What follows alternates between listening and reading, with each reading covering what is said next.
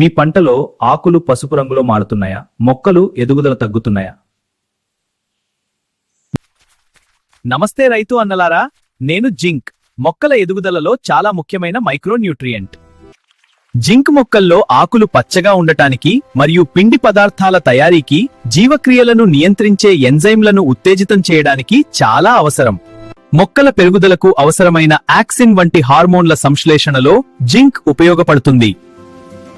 Zinc లోపం వస్తే లేత ఆకుల ఈనెలు పచ్చగా ఉండి వాటి మధ్య భాగం పసుపు లేదా తెలుపు రంగులోకి మారుతుంది. జింక్ లోపం వస్తే కణుపుల మధ్య దూరం తగ్గి మొక్కలు పొట్టిగా కనిపిస్తాయి. ఎకరాకు 10 నుండి 20 కిలోల జింక్ సల్ఫేట్ భూమిలో వేయాలి, లేదా సరైన సమయంలో జింక్ మైక్రోన్యూట్రియంట్ పిచికారీ చేస్తే పంట ఆరోగ్యంగా పెరుగుతుంది. జింక్ వాడండి, పంట దిగుబడి పెంచండి. దయచేసి లైక్ చేయండి, షేర్ చేయండి, సబ్స్క్రైబ్ చేయండి.